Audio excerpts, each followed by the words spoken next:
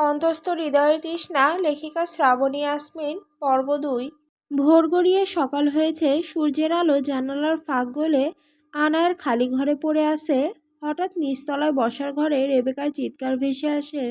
আনায়া, আনায়া কোথায়? এই মেয়ে কোথায় গেল?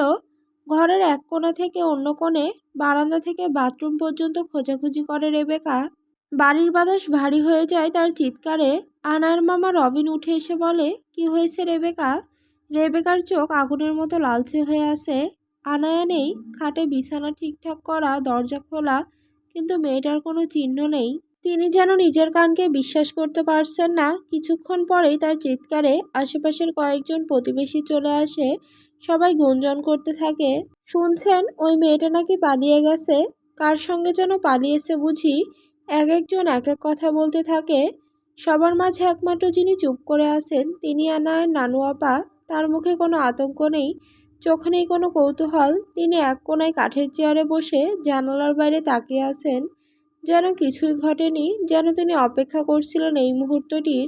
রেবেকা এবার সোজা হেঁটে এসে তার সামনে দাঁড়ালেন, চোখে ঝলকানো রাগ, গলায় বিদ্বেষ নিয়ে বললেন, আপনি জানেন না ও কোথায় গেছে, কিভাবে গেছে? আপনার হাতেই তো ওর সব আদিক্ষেতা। আপনি নিশ্চয়ই ওকে পালাতে সাহায্য করেছেন। বলুন কোথায় পাঠিয়েছেন ওকে? নানু আপা কোনো উত্তর দেয় না। মুখে একটু ভয় নেই, একটু লজ্জা নেই, যেন সব শব্দ তার কাছে ঠুনকো। রেবেকা এবার আরো রেগে যান। ঠিক তখনই তার পাশে দাঁড়ানো মেয়ে শেইলি ফিসফিসিয়ে বলে, মা, এখন তুমি ভিক্টর নামের লোকটাকে কি বলবে? সে তো আজ বা কাল আসবে। এই কথাটা শুনে রেবেকার মুখটা মুহূর্তে ফ্যাকাশে হয়ে যায়।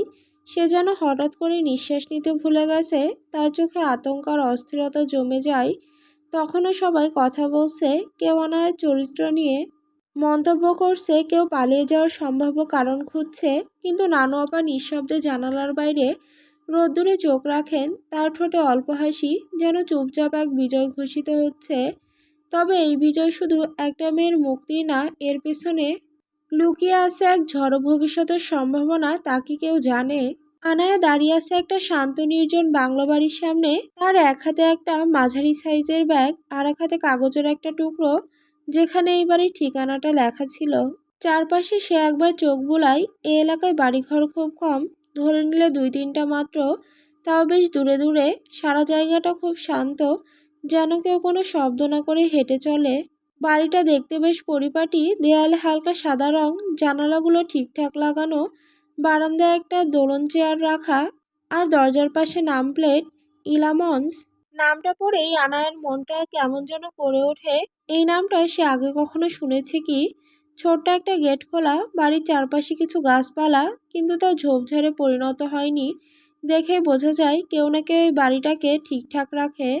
আনায়া গেটের সামনে দাঁড়িয়ে একবার পেছনে তাকায়। চেনা কেউ নেই, ডাকারও কেউ নেই। চারিদিকে নীরবতা যেন তাকে বলছে, এগিয়ে যাও। আনায়া গেট ঠেলে ভেতরে ঢোকে। বাড়ির ভেতরে পা রেখেই প্রথম যে জিনিসটা চোখে পড়ে তা হলো এক অদ্ভুত রকমের নীরবতা। না, ভয়ঙ্কর কিছু নয়, বরং এক ধরনের শীতল প্রশান্তি। ৩-৪ ধাপ এগিয়ে আসতেই দরজার পাশে দাঁড়িয়ে থাকা এক বৃদ্ধ কণ্ঠে ডাক দেন, আপা, আপনি নিশ্চয় আনায়া? আনায়া চমকে তাকায়। বৃদ্ধ লোকটির মুখে মায়া মেশানো হাসি, গলায় নম্রতা, পরনে সাদা লুঙ্গি, পাতলা সোয়েটার মতো জামা, চোখে মোটা ফ্রেমের চশমা। আমি রফিক মিয়া, আপনার নানার বন্ধুর ছোট ভাই। অনেক বছর ধরে এই বাড়ির দেখাশোনা করি। আপনার নানু ফোনে জানিয়েছিলেন যে আপনি আসবেন। এই বলেই তিনি দরজাটা পুরোপুরি খুলে দেন। আনায়ার কেমন যেন গলার কাছে আটকে থাকা কষ্টটা একটু হালকা হয়। এক কাপড়ে এক ব্যাগে সে কত কষ্ট নিয়ে এসেছিল। এখানে যেন কেউ অন্তত অপেক্ষায় ছিল তার জন্য। বাড়ির ভেতরে সাজগোজ সাধারণ কিন্তু স্নিগ্ধ। ঘরগুলো গন্ধমুক্ত, জানালার বাসন্তী রঙের পর্দা, মেঝেতে পরিচ্ছন্ন কার্পেট, সবকিছুতে একটা যত্নের ছাপ। রফিক মিয়া তাকে একটা ঘরে নিয়ে যান। এই ঘরটা আপনার জন্যই রাখা ছিল, আপনি হাত মুখ ধুয়ে নিন, আমি ততক্ষণে খাবার গরম করে নিচ্ছি। ঘরটা ছিল উজ্জ্বল পরিপাটি, জানালার পাশে কাঠের ডেস্ক, ছোট্ট একটা বুকশেলফ, আর এক কোণে আয়না। আনায় ব্যাগ রেখে একটু সময় নিয়ে ফ্রেশ হয়। নিচে নেমে এসে খেতে বসে। পাতে গরম ভাত, ডাল, ভাজি আর ডিমের ঝোল। সাধারণ খাবার, কিন্তু এতদিন পর এমন যত্নে সাজানো খাবার দেখে তার গলা ভার হয়ে আসে। আবু চাচা চুপচাপ পাশে দাঁড়িয়েছিলেন, কিছু বলছেন না, শুধু মাঝে মাঝে জিজ্ঞেস করছেন আর কিছু লাগবে। আনায়া ধীরে ধীরে খেতে থাকে। বাইরের আলো তখন নরম হয়ে আসছে। দিন গড়িয়ে যাচ্ছে বিকেলের দিকে। খাওয়া শেষে সে একবার ছাদে উঠে যায়। ছাদে হালকা বাতাস, চারপাশে গাছের ডাল ভেসে আসে দোল খেয়ে। দূরে কয়েকটা পাখি ভেসে যাচ্ছে আকাশের গায়ে। আনায়া ছাদের রেলিংয়ে ভর দিয়ে দাঁড়িয়ে থাকে কিছুক্ষণ। সবকিছু এতটাই শান্ত যে সে যেন ভুলেই যায় কতটা ঝড় পেরিয়ে এসেছে সে এখানে। সন্ধ্যা নেমে এলে সে নিজের ঘরে ফিরে আসে। জানালার পর্দা টেনে হালকা আলো জ্বালিয়ে ব্যাগ থেকে ডায়েরি বের করে। লিখতে চায় অনেক কিছু, কিন্তু শরীরটা কেমন দুর্বল লাগে, কলম ধরে রাখতে কষ্ট হয়। তারপর হঠাৎ করেই নানুর মুখটা মনে পড়ে যায়। তার সেই চুপচাপ চোখ, গলা নামিয়ে কথা বলা, আর শেষ মুহূর্তে বলেছিলেন, এই বাড়িটা তোর জন্য নরক, তুই এখান থেকে পালিয়ে গেলে বেঁচে যাবি রে। আনায় চোখ বন্ধ করে ফেলেন। নীরবভাবেই রাতের খাবার খেয়ে নেয়। তারপর ধীরে ধীরে শরীরটা বিছানায় এলিয়ে দেয়। রাত গভীর, ঘরটা অন্ধকার, শুধু জানালার ফাঁক গলে চাঁদের আলো বিছানায় পড়ছে। ঘুমে ঢলে পড়া আনায়ের মনে হঠাৎ অদ্ভুত একটা অনুভূতি হয়। কেউ যেন তাকে খুব কাছে থেকে গভীরভাবে দেখছে, একদম নিঃশ্বাস ফেলার মতো দূরত্ব থেকে। চোখ হঠাৎ খুলে যায় তার।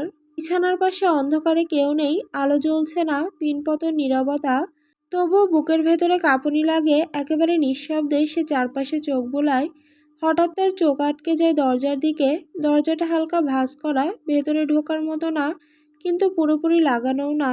কিন্তু সে তো বন্ধ করেই ঘুমিয়েছিল। আনায় ঠোঁট শুকিয়ে আসে, তারপর নিজেকে ধাতস্থ করে নেয়। হয়তো ভুলে গিয়েছিলাম, আজ অনেক ক্লান্ত ছিলাম তো, নিজেকে বোঝায় সে। ধীরে ধীরে উঠে গিয়ে দরজাটা ঠিক করে লক করে দেয়। ঘরের বাতাসে তখন এক অদ্ভুত ভারী অনুভব। সে আবার শুয়ে পড়ে চোখ বন্ধ করে। কিন্তু এবার ঘুম আসতে একটু বেশি সময় লাগে। তার মনে হতে থাকে আসলে কি সে একা, নাকি কারো চুপচাপ নজর সত্যি তার চারপাশে ঘুরে বেড়াচ্ছে। রোদটা এখনো ঝলমলে হয়নি, বাতাসে হালকা ঠান্ডা ছোঁয়া। আনার চোখ খুলে যায় আপনাতেই। কোনো ঘড়ির অ্যালার্ম নয়, তার নিজের ভেতরের অভ্যাসই যেন তাকে জাগিয়ে দেয়। বিছানায় উঠে বসে সে একটু গা টান টান করে নেয়। তারপর ধীরে পা মেলে জানালার কাছে যায়। জানালা খুলতেই একটা ঠান্ডা ভেজা ভেজা বাতাস মুখে এসে লাগে। সূর্যের কাঁচা আলো গায়ে মেখে চোখ বন্ধ করে দাঁড়িয়ে থাকে আনায়া। এই কিছু মুহূর্ত যা সে প্রতিদিন নিজের জন্য বাঁচে, যেখানে সে নিঃশব্দে চারপাশের প্রকৃতি শোনে। পাখির ডাক, দূরের একটা পুকুরে বকের ওড়াউড়ি, আর গাছের পাতায় হালকা দোল। তবে আজকের সকালে তার শান্তি ভাঙে খুব দ্রুতই। চোখ খুলে ঘুরে দাঁড়াতেই তার চোখ আটকে যায় টেবিলের দিকে। টেবিলের ওপর একটা কাগজ রাখা, অদ্ভুত রঙের কালো, একটা পুরু রুক্ষ কাগজ যা সে কাল রাতে দেখেনি, এবং তার মনে নেই সে কোনো কাগজ এখানে রেখেছিল। ধীরে ধীরে কাছে গিয়ে কাগজটা তুলে নেয় আনায়া। চোখের ভেতর জড়ো হয় প্রশ্ন, এটা কে রাখলো, কখন, কিভাবে? তার আঙুল কাঁপে হালকা, কিন্তু বুকের ভেতর যেন একটু চাপা ঠেলা লাগে। সাদা কালি দিয়ে লেখা, অদ্ভুতভাবে জলজল করছে সেই লেখাগুলো। Be ready to be mine, my love bird.